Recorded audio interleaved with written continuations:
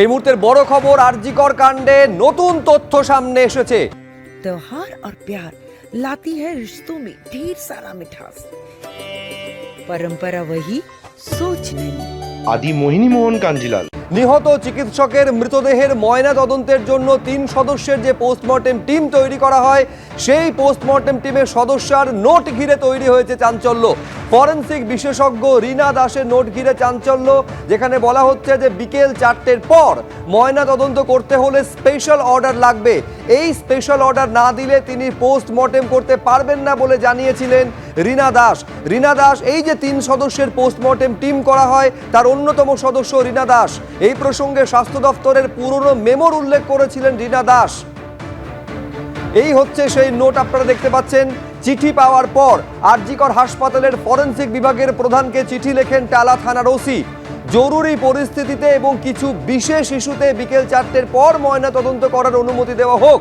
চিঠিতে একথাই লিখেছিলেন টালা থানার ওসি। আরো বিস্তারিত আমরা জানবো, সরাসরি কথা বলবো আমাদের প্রতিনিধি সন্দীপ সরকারের সঙ্গে। সন্দীপ, এক তো হচ্ছে যে ময়না তদন্তের জন্য তাড়াহুড়ো করা হয়েছে, এটা পরিবারের তরফে প্রথম থেকে অভিযোগ করা হয়েছিল। এই একই বিষয় গতকাল সুপ্রিম কোর্টেও শুনানির সময় এসেছিল। এইবার এই যে নোট সামনে আসছে, বিস্তারিত তোমার কাছে জানতে চাইবো, আপত্তি কোথায় ছিল রীনা দাসের এবং তারপর কিভাবে গোটা বিষয়টা এগোলো?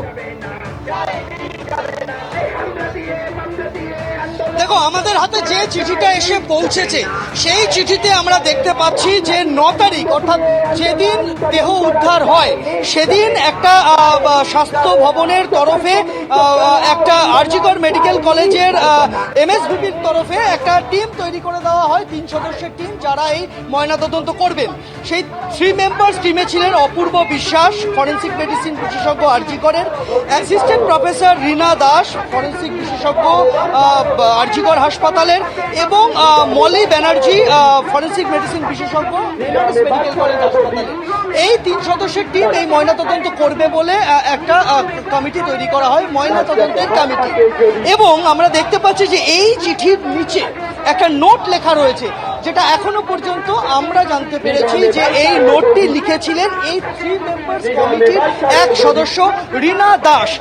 এই রীনা দাসকে, রীনা দাস হচ্ছেন ফরেনসিক মেডিসিন বিভাগের অ্যাসোসিয়েট প্রফেসর। তিনি তার নোটে লিখেছেন যে specific police order is required, বিশেষ পুলিশি অর্ডার দরকার, পুলিশের তরফ থেকে বিশেষ অর্ডার দরকার। কেন দরকার সেই কারণটা উনি এখানে উল্লেখ করেছেন যে to perform postmortem after 4 PM, অর্থাৎ বিকেল 4টের পরে ময়না তদন্ত করতে হলে পুলিশের বিশেষ অনুমতি প্রয়োজন। এবং কেন বিশেষ অনুমতি প্রয়োজন সেটা বোঝানোর জন্য তিনি একটি মেমো নাম্বার উল্লেখ করেছেন, স্বাস্থ্য ভবনের memo number, health and family welfare department HFW। সেখানে লেখা আছে 38097/57/2021, 2021 সালের একটি অর্ডার। সেই অর্ডারটার উল্লেখ তিনি করেছেন যে অর্ডার মোতাবেক বিকেল 4টের পরে ময়নাতদন্ত করতে হলে বিশেষ অনুমতি প্রয়োজন।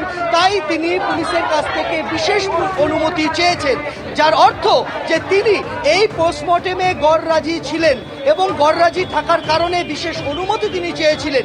সেই অনুমতির জন্য পুলিশের কাছে অনুমতি তিনি চেয়েছিলেন। পুলিশ অনুমতি না দিলে এই পোস্টমর্টেম তিনি করতে পারবেন না, এটা তার নোটের থেকে কিন্তু স্পষ্ট হয়ে যায়। তারপর পুলিশ কি চিঠি দিয়েছিল সেই চিঠিও কিন্তু আমাদের হাতে রয়েছে, শুভ্রজিৎ। একেবারে এইখানে হচ্ছে প্রশ্ন যে তাড়াহুড়োটা তাহলে কেন করা হয়েছিল, কিসের এত তাড়াহুড়ো? এই তথ্য সামনে আসার পর সেই প্রশ্ন সামনে আসছে।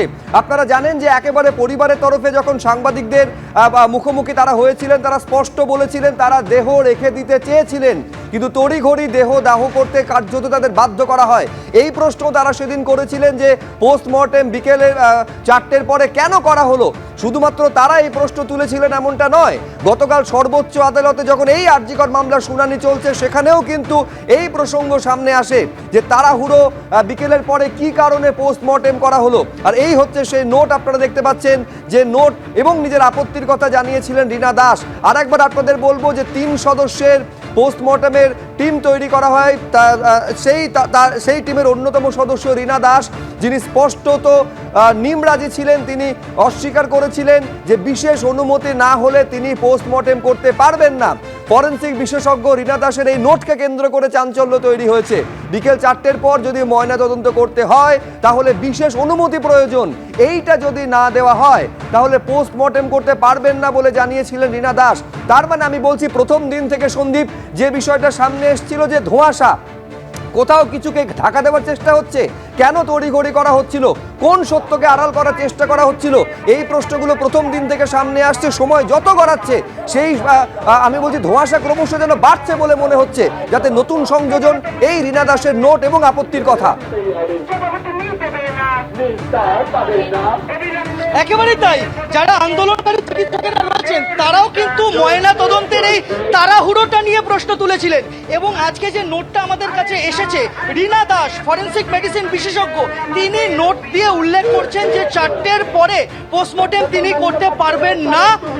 স্বাস্থ্য দপ্তরের পুরনো একটা অর্ডার 2021 সালের একটা অর্ডারকে তিনি রেফারেন্স হিসেবে দিয়েছেন এবং বলেছেন 4টের পরে পোস্টমর্টেম করতে হলে বিশেষ অনুমতি দরকার পুলিশের থেকে।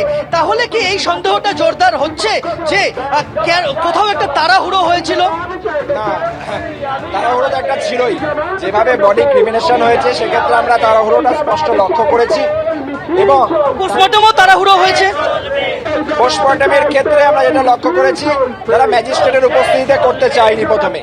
আমরা যখন অনেক লড়াই করেছি, লড়াই করার পর সেই জায়গাটা অ্যাপ্রোচ হয়েছে, কিন্তু একটা যে বিষয়টাকে লঘু করার চেষ্টা, একটা ধামাচাপা দেওয়ার চেষ্টা এবং কিছু একটা তারা লুকোচ্ছে, এরকম একটা ব্যাপার কিন্তু তাদের মধ্যে ছিল।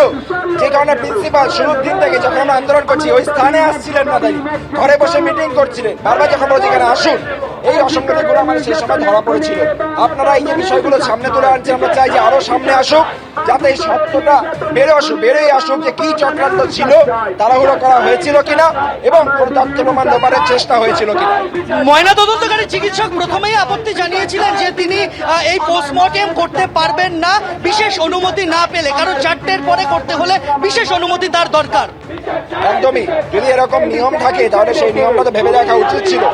ফরেনসিক এক্সপার্টদের একটা ওপিনিয়ন নিশ্চয়ই এই ক্ষেত্রে একটা ভ্যালুয়েবল, সেই ওপিনিয়ন কেন নেওয়া হয়নি সেটা আমাদের কাছে অজানা। ফলে স্বাভাবিকভাবে এই ইস্যুতে কিন্তু প্রশ্ন উঠতে বাধ্য যে কোথাও কি কোনো ব্যস্ততা তাড়াহুড়ো ছিল, যে কারণে বিশেষ অনুমতি চাওয়া হলো এবং টালা থানার যে ওসি দেওয়ার চিঠি সেটাও আমাদের হাতে রয়েছে, সেই বিশেষ অনুমোদন কিন্তু মিলেও গিয়েছিল মুহূর্তের মধ্যে। সুব্রজিৎ।